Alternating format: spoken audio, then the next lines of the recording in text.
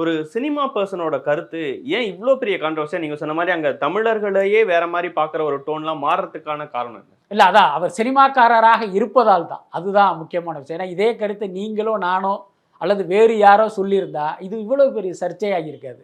அதுக்கப்புறம் இப்போ கமல்ஹாசன் சொன்ன கருத்துங்கிறது அவர் கண்டுபிடிச்ச கருத்து இல்லை, கடந்த காலங்களில் பலரும் சொன்ன ஒரு கருத்து தான். அப்போ கடந்த காலங்களில் பலரும் இப்படி ஒரு கருத்து சொல்லும் போது அது இவ்வளோ பெரிய சர்ச்சையாக மாறலை. ஆனால் கமல்ஹாசன் சொல்லும் போது அது ஒரு பெரிய சர்ச்சையாக மாறுவதற்கு காரணம் ஒரு சினிமா பிரபலம் அப்படிங்கிறது தான். அப்புறம் இன்னொரு போக்கு இங்கே இருக்கிறது உங்களுக்கே தெரியும். ஒரு சாதாரண ஒருவர் கருத்து சொல்லும் போது பலரும் கடந்து போயிடுவாங்க.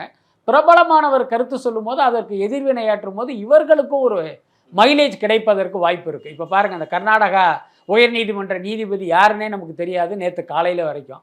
ஆனால் நேற்று மதியத்துக்கு பிறகு பார்த்தீங்கன்னா அவருடைய பெயரே வந்து கருத்தும் அவருடைய பெயரும் பார்த்தீங்கன்னா பரபரப்பாக பேசப்படுது. ஸோ அந்த மாதிரி பிரபலங்கள் குறித்து ஒரு சர்ச்சை வரும்போது அதை எழுப்பியவர்களுக்கு மைலேஜ் கிடைப்பதால் இது வந்து பெருசாக ஊதுறாங்க.